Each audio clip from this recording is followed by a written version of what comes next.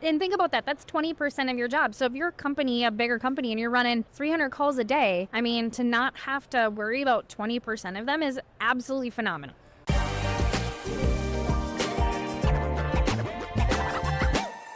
Welcome to Mastering ServiceTitan, where we get expert advice from power users. I'm your host, Josh Liu, and today I'm joined by Jessy Karolevitz, the call center manager at Bonfe Plumbing and Heating, and we are going to deep dive into a really cool topic of Scheduling Pro and Dispatch Pro, and especially how they work together. And so my first question for you is, maybe in your own words, how would you describe Scheduling Pro and Dispatch Pro? Life-saving, I think, is the best way to say it. No, they're fantastic tools. It's really about working smarter and being able to help your business scale and not necessarily have to add a ton of overhead. Were really two of the big things that they did for us and have really helped us out in that aspect.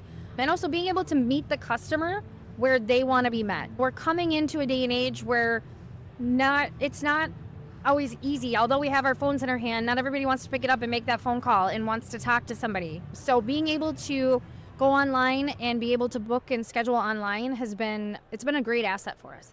Gotcha. And then before Scheduling Pro, were customers able to book online, or did they have to just send an email? Or they'd have to send an email or a text in. Okay. Yeah. And then what has the biggest difference been now with Scheduling Pro? Believe it or not, roughly 20 to 25% of our jobs that get booked now get booked through Scheduling Pro.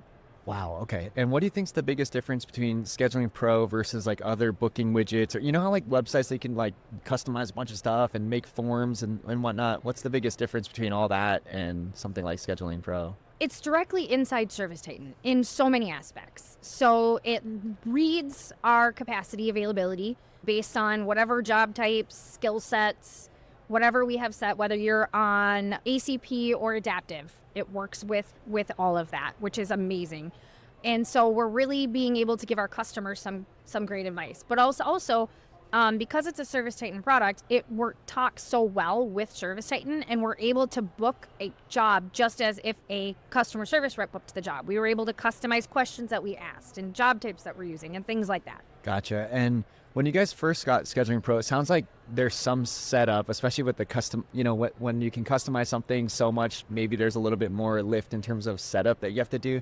Do you have any advice for people who are maybe new to Scheduling Pro on how to get that set up properly?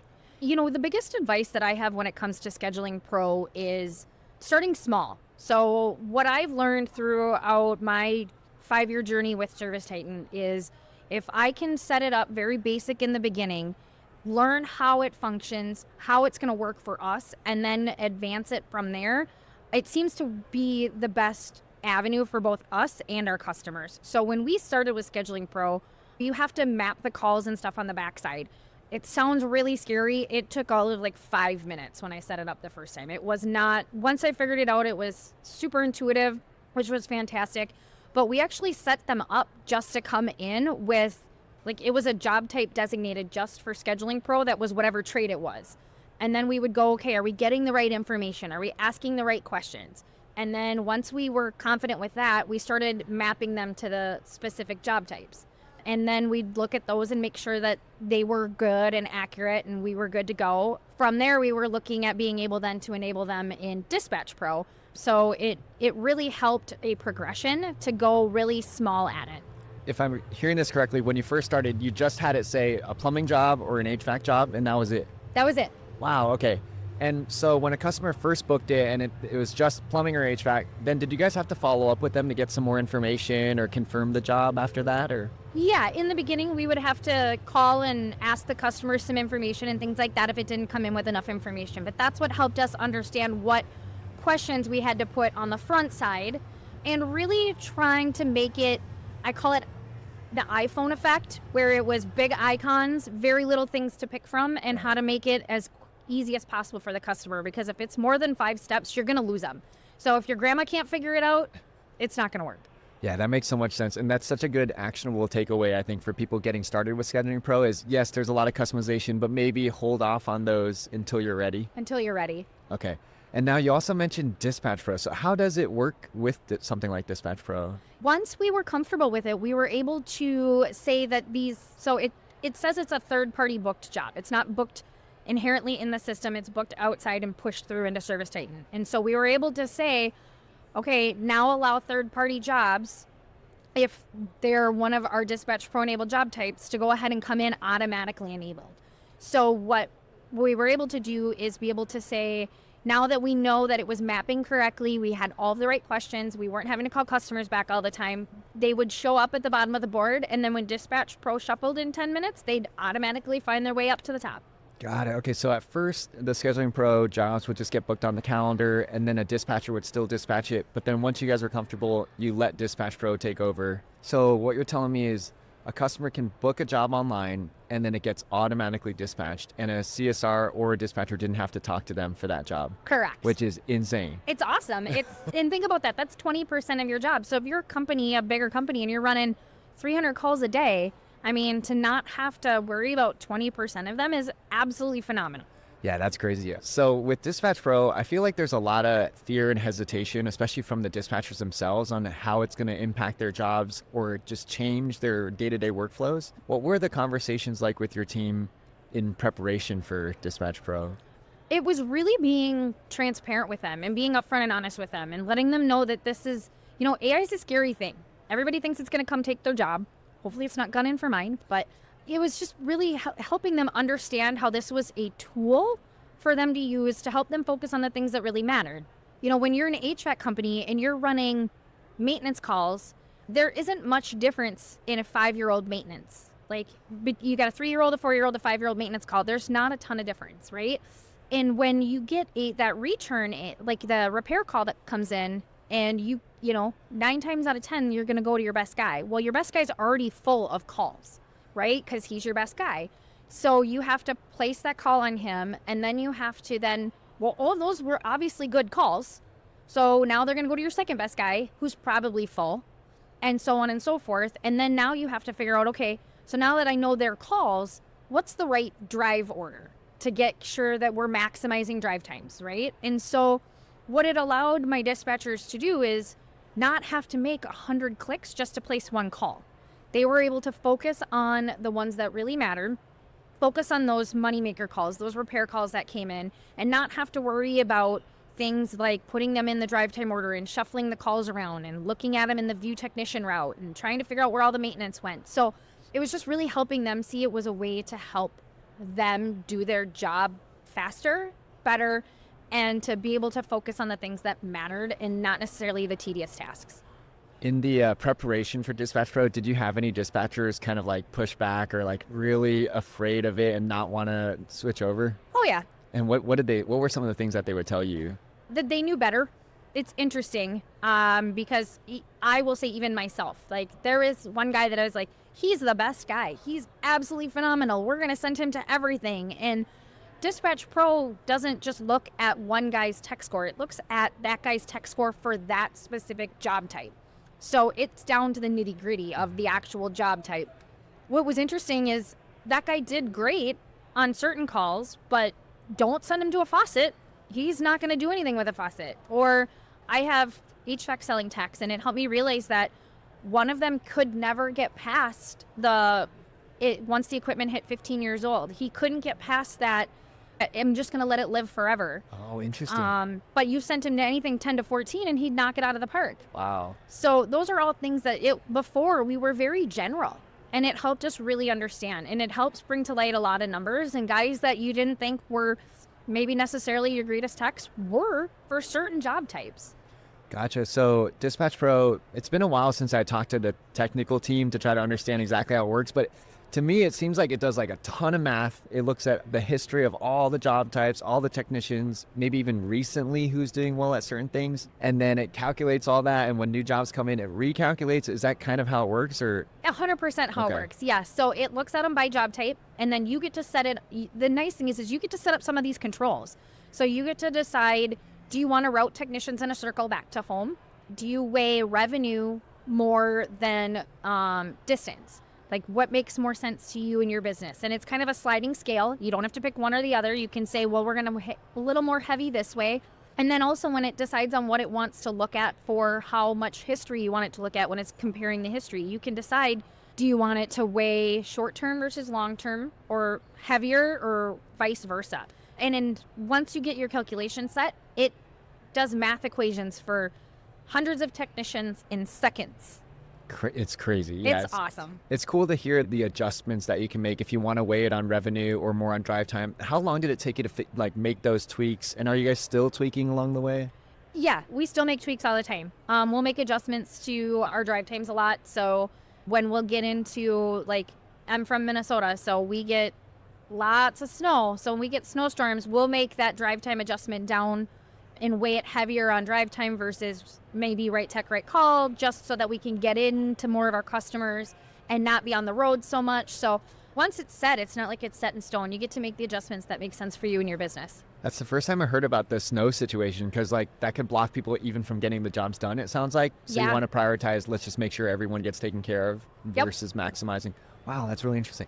Now, I know with Dispatch Pro, like all the Pro products, there's quite some setup. Did you guys have to change your job types and all that in the beginning? Okay. The one thing I will say that we did with Dispatch Pro, and I tell this is, whenever I talk to people that are going on it, I give them all the exact same advice. Go very, very granular on your job types and go very broad on your skills and add skills as you go. Because it's looking at the job types, it's looking at them on a job type level. We had just AC repair, but going to a 2-year-old AC repair is a lot different than going to a 20-year-old AC repair. And so we had to decide what were some age ranges that we felt were comparable that we could group together so that we could really make sure that we were maximizing all of our opportunities. And then we went very, very broad on our skills and kind of stepped into it and set goals for ourselves that by the end of this week, we want to be 5% more utilization. By the end of the next week, we want to be 2% more utilization. And then coming together and going, okay, what calls did you hand place this week and why? Was that the right decision? Did the system make the wrong decision? And if it did, what guardrails can we put in place to help it do better? So those are kind of my big takeaways when it comes to Dispatch Pro. Okay, gotcha. There's two things I want to follow up on. One is the skills and the job types. And the second is that utilization piece, because I know everyone wants to increase their utilization, but it can be a journey, I guess, to get there. So on the job types, let's maybe talk about just HVAC for a second. How did you end up splitting up your job types, and then what are some examples of skills that you used? Absolutely. So we split our job types up. The first thing we did was maintenance versus demand. Okay. And then when we did maintenance versus demand, we then broke them out to be in groups. So we grouped them by age. So like our air conditioners are like 0 to 5, 6 to 9, 10 to 14, and 15 plus. We grouped our technicians then, their skills were kind of grouped by, so they all had levels. So one technician, so like we would give them up to their highest level, and then we give them one below that just in case we weren't full of calls, we wanted to make sure that they got opportunity. And so that's kind of how we started. And Dispatch Pro looks at skills, not business units. So that was the other thing we had to do, was to create a skill for each of our business units. Right. Because you guys have HVAC and plumbing. HVAC, plumbing, and electrical. Oh, and electrical. Okay. Yep. Wow. And then on the utilization piece. So when you guys first launched Dispatch Pro, I'm sure there were some people that were just like overriding Dispatch Pro, and it must have been a process. So what was that first conversation like? Maybe you're like 1 or 2 weeks into Dispatch Pro, a lot of dispatchers are overriding. How do you have that conversation without like blaming people or like you can't argue with numbers. Okay. So when somebody would come to, we'd sit down once a week with my dispatchers and ask them like, what calls did you override this week and why? So we would have them say, well, I overrode this water heater. It was on Bennett, but I wanted it to be on Brian. And Brian made more sense. Okay, so well, why did Brian make more sense? And then it was, okay, well, let's look at their numbers. Bennett's level is second on the list and Brian's 4. So no, it didn't make a bad decision. It made a good decision, right? And believe it or not, even having that same conversation with service managers was something that we had to get them to believe in it too, right? Because they had to be able to talk to their technicians, because our technicians don't want a robot placing their calls. It was just being really transparent and falling back on numbers. Really there's a Dispatch Pro tech score report in ServiceTitan and utilizing that. So whenever somebody came to me and was in, a service manager or something and didn't like where it was, that was always my default. Well, let's pull the report. Let's see what the report says. Because it's based on the numbers. It's conversion rates, it's average sales, it's average tickets, it's, options per opportunity, all of that different things. So, and when you weigh all of that together, and the facts are the facts. Right. It just ends up to be, it's just math. It's nothing just math. personal. Yeah. It's nothing personal. It's math. Right. And what is that report called, and where do people go to grab that? Yeah. So it's just in the report section. It's not Okay. a legacy report. It's brand new. Okay. And it's tech score, Dispatch Pro tech score. Okay, cool. So you met with your dispatchers. Any jobs that they override, you say, hey, let's just see what Dispatch Pro decided and why. You pull up the tech score, Dispatch Pro tech score report. And then can you see that it kind of clicked for the dispatcher at that point? Yeah, you can start to see it, right? Because it's right in front of their face. But being open to them too, like when they were moving calls in the beginning and it did make sense. It was okay, do we need to add a skill then to make sure that this goes on the group of people that it should go on? Being open-minded and taking in their feedback helps also them kind of swallow when they have to believe in the system too. That makes sense. Okay, so it sounds like the first few weeks, you're just genuinely curious why dispatchers overrode the call, because there may be a good reason for it, and that good reason might need some adjustment to Dispatch Pro. Or, hey, the math is right, and you're helping them to distinguish when is a good time to override versus not override? Yes. Okay.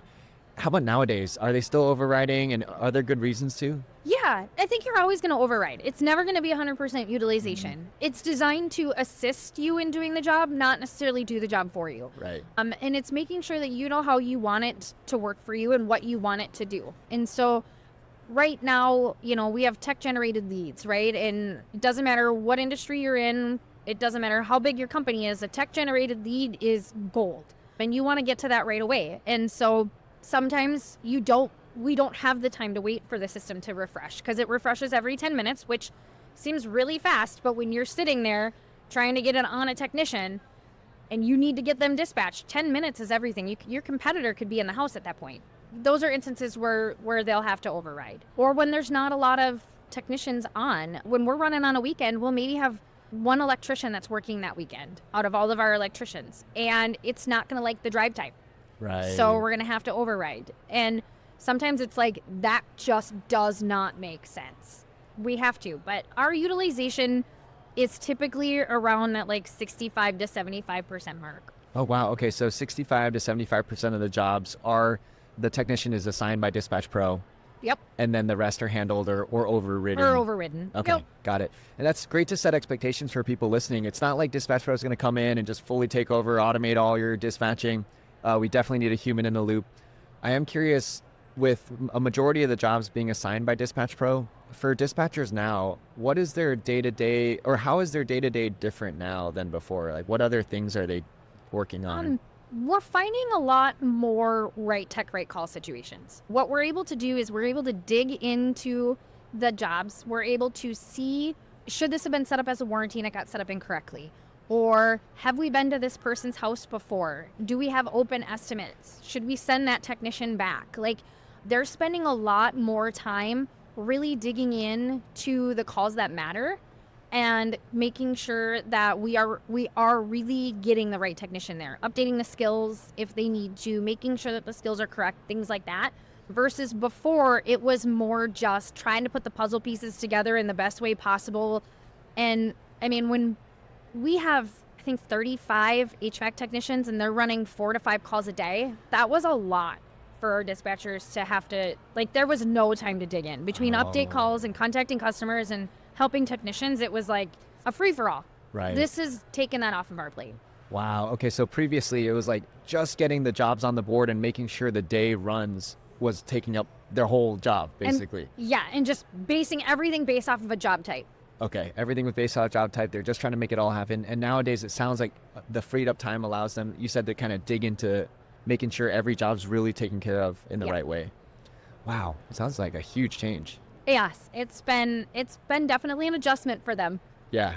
For people who have just one Scheduling Pro or Dispatch Pro, what's the biggest benefit of getting the other? The biggest benefit of getting Scheduling Pro is going to be you're opening up a brand new avenue for your customers. And you're probably going to get customers that you wouldn't necessarily have gotten if you didn't have that. And then when it comes to Dispatch Pro, the biggest benefit for us was being able to scale our technician size without having to scale our dispatch size. Wow, that makes a lot of sense. Okay, last question. If Scheduling Pro and Dispatch Pro sadly disappeared to overnight, Yeah. and tomorrow you had to go back to the office, how would that feel? Scary. Very, very scary. I would have to be instantly hiring a lot more CSRs, a lot more dispatchers, and I would probably lose a small customer base. Wow. Okay. So it's made a huge impact for your business. it Huge sounds like. impact. Okay. I'm so glad it has. There's a lot of updates coming for Pro products. Super excited to have you here at Pantheon, and thank you for coming on and just sharing all your wisdom with our audience. I appreciate you having me. Thank you. Yeah. Thank you.